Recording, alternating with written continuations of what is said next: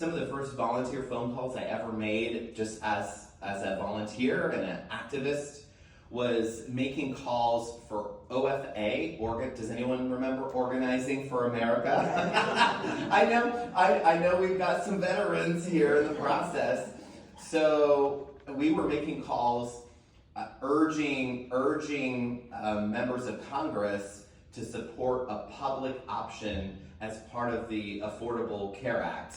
Now, unfortunately, we did not get that public option, which would have allowed for individuals to be able to pay a modest premium to actually have access to Medicare services, regardless of their age. And that is something that we desperately need now, especially as the big betrayal bill has effectively forced healthcare premiums to basically double in just a few weeks.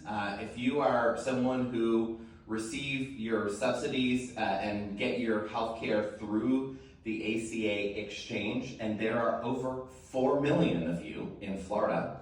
Florida actually is the most popular state in the union for Obamacare, meaning we have more enrollees who directly get their healthcare from the Obamacare exchange than any other state. So for 4.5 million people, because of the big betrayal bill, most will see their premiums double before the end of the year. That is what Republicans have set as a priority. And for those of you who've been watching what's happening in DC, although of course I'm the state guy, so I'm not the DC guy, but of course this impacts our constituents and we're having these conversations every single day.